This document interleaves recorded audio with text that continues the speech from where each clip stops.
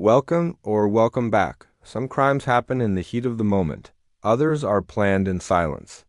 And some are carried out not by desperation, but by power. In today's video of trending news stories, we're examining 3 cases that expose how violence intersects with authority, ideology, and control. A police officer who pulled the trigger while wearing a badge. A father who decided his children should die with him. And an international assassination plot ordered thousands of miles away, targeting a woman whose only weapon was her voice. These are not just crimes, they are warnings.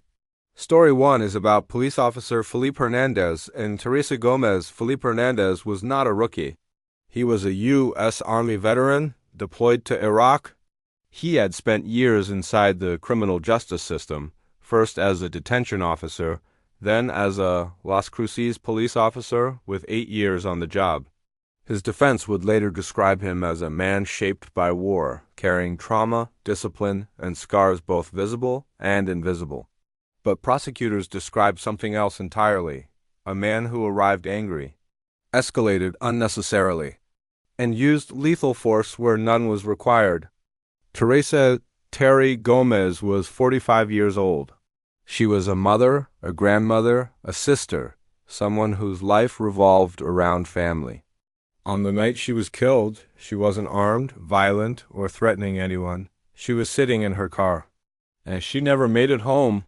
Body camera footage captures the moment Hernandez approached Gomez outside a public housing complex in the early hours of October 3, 2023. He accused her of trespassing, enforcing a rule that testimony later revealed did not actually exist.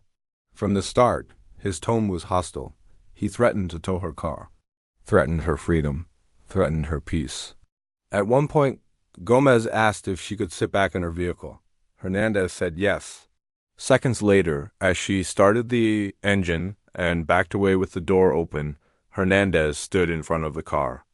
He shouted commands, stepped back, drew his weapon. 3 shots rang out. One ended the life of Teresa Gomez. Hernandez was charged with second-degree murder, but the jury returned a verdict of voluntary manslaughter with a firearm enhancement. This was not a small thing. Historically, fewer than 5% of police officers charged with murder or manslaughter are ever convicted. But this jury deliberated for just 4 hours. In January 2026, Hernandez was sentenced to 11 years in prison, with 9 to serve. The judge was blunt. This does not meet what this community deserves from any officer or any person. The city later paid $20 million to Gomez's family. Hernandez is now seeking a new trial, arguing prosecutorial misconduct. But for Teresa Gomez's family, the outcome is already permanent. 80% Stop! Stop! Stop! 80% shots fired. Story 2 is about Delbert Cornish and Hope Cornish. Delbert Cornish was 51 years old. Court filings describe a man consumed by alcohol abuse, depression, and life-ending thinking. His defense framed him as broken. The judge would later call him something else. Hope Onyx Cornish was 18. Her mother described her as fearless, outspoken, and vibrant, a young woman with a future still unfolding. Her younger brother, Lucian, adored her. She was his protector. On the morning of August 18, 2025, Cornish made a decision. According to investigators, he planned to end the life of both of his children and then himself. When Onyx opened her bedroom door, Cornish shot her through the head. She did not pass away immediately. For 20 minutes, he watched her struggle to breathe, never calling for help. Later that day, Lucian came home from school. His father told him the truth, then tried to force him to look at his sister's body. Lucian fought back, escaped, called 911. That call saved his life. Cornish pleaded guilty. In January 2026, a judge sentenced him to life in prison without parole. The courtroom listened as Lucian's statement described losing the spark of his life, the moment childhood ended forever. The judge called the murder an act of pure evil. With a 9mm firearm? Yeah. Did you know what you were doing when you pulled the trigger? Yes. Did you pull the trigger with the intent to kill her? Yes. I just kept on trying to get him to let me leave. Just, Dad, like, I need to go outside, just let me go. And then after a while he said, turn around and walk behind you. I didn't want to face my back toward him, so I just walked back. Then he stood up, then he pointed the gun at me like this. He said, you know this is your last time seeing me, right? I'm going to be dead 30 seconds after you leave. And I already kind of figured that, so I said, I know, Dad. I love you. Story 3 is about Masih Alinejad and Carlisle Rivera in NN. Assassination ordered from abroad. Masih Alinejad fled Iran in 2009. She became one of the most visible critics of the Iranian regime, especially its forced hijab laws. Her social media campaigns encouraged women to show their hair, to speak, to resist. Negin Qadimi, 20 years old.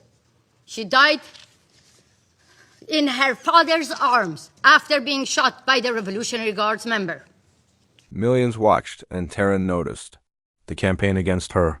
According to U.S. authorities, Iran's Revolutionary Guard and intelligence services made repeated attempts to silence her, kidnapping plots, surveillance teams, and finally, assassination.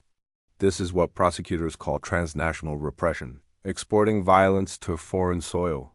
Enter Carlisle Rivera. Carlisle Rivera, known as Pop, was a Brooklyn-based criminal, not an ideologue, but a man willing to take money for violence.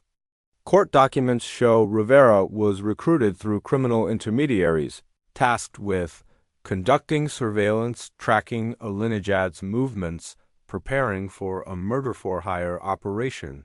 The agreed payment was tens of thousands of dollars, with more promised after the killing. Rivera communicated with co-conspirators using encrypted messages. Judge Louis Lemon later described those conversations as chilling. Rivera's messages also revealed strong, aggressive rhetoric, including admiration for violence against political figures. At sentencing, Alinejad referenced threats not only against herself, but against U.S. political leaders, including Donald Trump, who U.S. officials say was also targeted by Iranian-linked operatives. Prosecutors argued the plot wasn't isolated. It was part of a broader campaign of intimidation, meant to show that no critic is ever truly safe. In January 2026, Rivera received the maximum sentence of 15 years. Alinejad addressed the court. "My weapon is my voice." She described how she and her husband were forced to move constantly, live under armed guard, and limit contact with family. Iran denies involvement. U.S. authorities say the evidence is overwhelming. To be honest, I felt relieved because 3 years I have been moving between safe houses 21 times. I didn't have a normal life. I was screaming, crying, dancing. I was bombarded by different emotions. People were there to kill me, convicted. I am alive, I am alive. 3 stories and 2 ultimately resulted in the loss of a lives, a badge, a bloodline, a government. 3 different sources of power, each ending in violence. Justice arrived in each case, but at a cost no sentence can erase. The question isn't whether these crimes were punished. It's whether they could have been prevented. As always, we want to acknowledge the real people are involved and affected by these stories. If you find value in stories like this, follow us to see more videos. Leave us a comment. We would love to hear from you. Like and share. It goes a long way to help the channel grow. Thanks for watching. See you next time.